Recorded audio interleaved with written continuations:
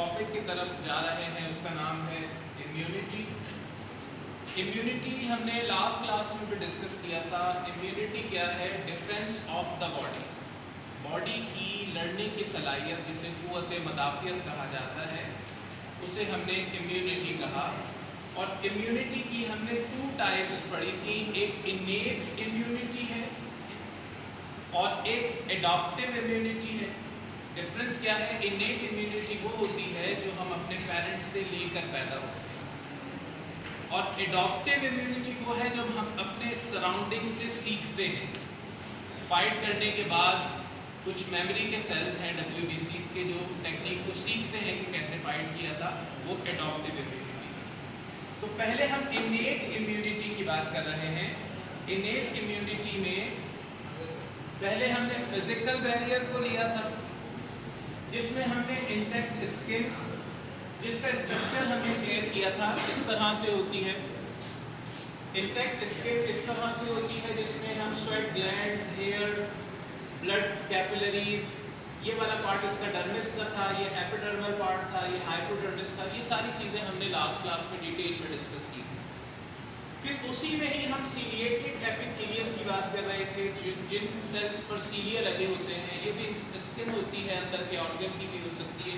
जैसे हमने एक ये रेस्पिरेटरी ट्रैक लिया है, ट्रैकिया, और हम देखें तो इसके अंदर ये जो अंदर वाली लाइनिंग है, जिसके ऊपर ये हेयर लाइक पार्ट नज़र आ रहा है, इसे सीलिएटेड एपिथेलियम कहते हैं। और उसी के साथ गॉबलेट सेल्स भी होते हैं जो म्यूकस जनरेट करते हैं, जिससे स्टिकी लेयर फॉर्म हो रही होती है, जिसके ऊपर हवा के साथ जाने वाले डस्ट पार्टिकल या माइक्रो ऑर्गेनिज्म ट्रैप हो जाते हैं। और ये जो सीलिया थी, इस तरह से स्वैपिंग मूवमेंट अप साइड पर हो रही होती है, ये जर्म्स को और डस्ट को ऊपर भेजती है, तो अंदर जाने से इसको रोकती है। तो ये भी इंटैक्ट स्किन है, लेकिन ये सीलिया है।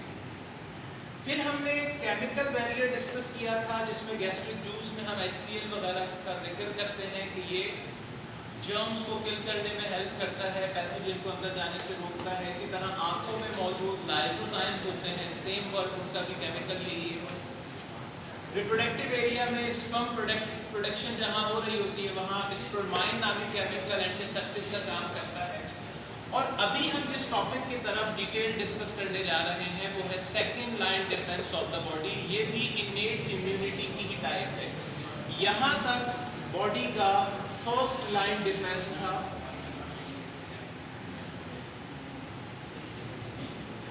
यहाँ से सेकेंड लाइन डिफेंस शुरू हो जाता है,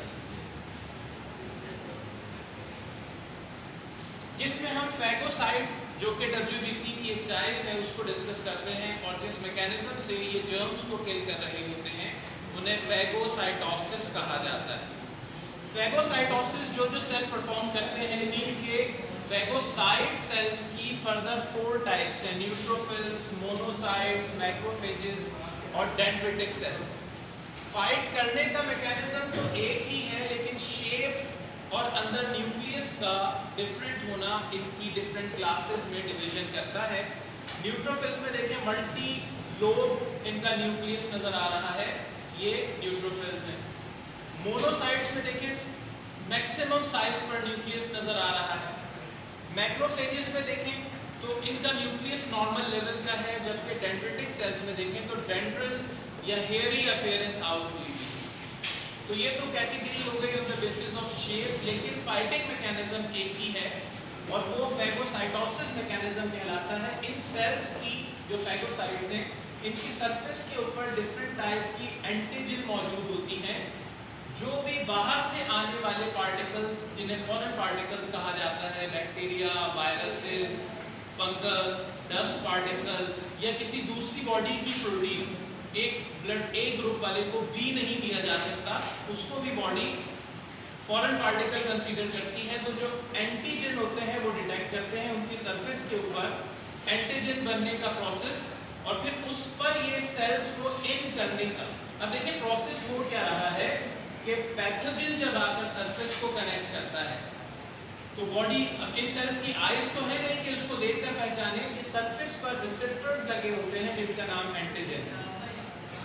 वो फील करते हैं कि ये फॉरेन पार्टिकल है, अपना नहीं, सेल्फ पार्टिकल नहीं है, तो उसको अंदर लेते हैं। और फिर अंदर जो लाइसोसोम्स होते हैं, जिनमें हाइड्रोलाइटिक एंजाइम होता है, वो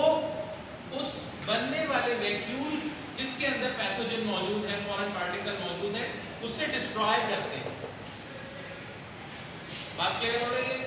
पैथोजन अंदर आया, अंदर आने के बाद हाइड्रोलिटिक एंजाइम रखने वाली बॉडी जिन्हें लाइसोजाइम्स कहते हैं, वो उन पैथोजन वाले वैक्यूल के करीब आते हैं, उसमें केमिकल डिलीवर करते हैं और उसको डिस्ट्रॉय कर देते हैं। जब ये डिस्ट्रॉय हो जाता है तो इसके पार्टिकल्स जो ब्रेक हुए हुए होते हैं वो सरफेस की तरफ जाते हैं और उनको बॉडी आउट कर देती है इस मैकेनिज्म के जरिए।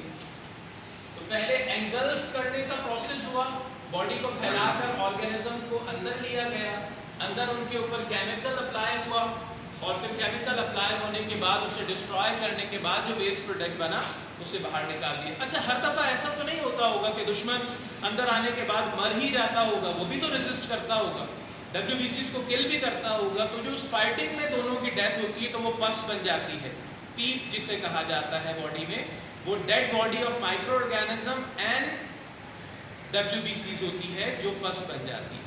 तो यहाँ तक हमने ये टॉपिक कंप्लीट किया। इसमें अगर कोई भी कंफ्यूजन होगी तो आप नेक्स्ट क्लास में डिस्कस कर सकते हैं। यहाँ इसको हम कंप्लीट करें।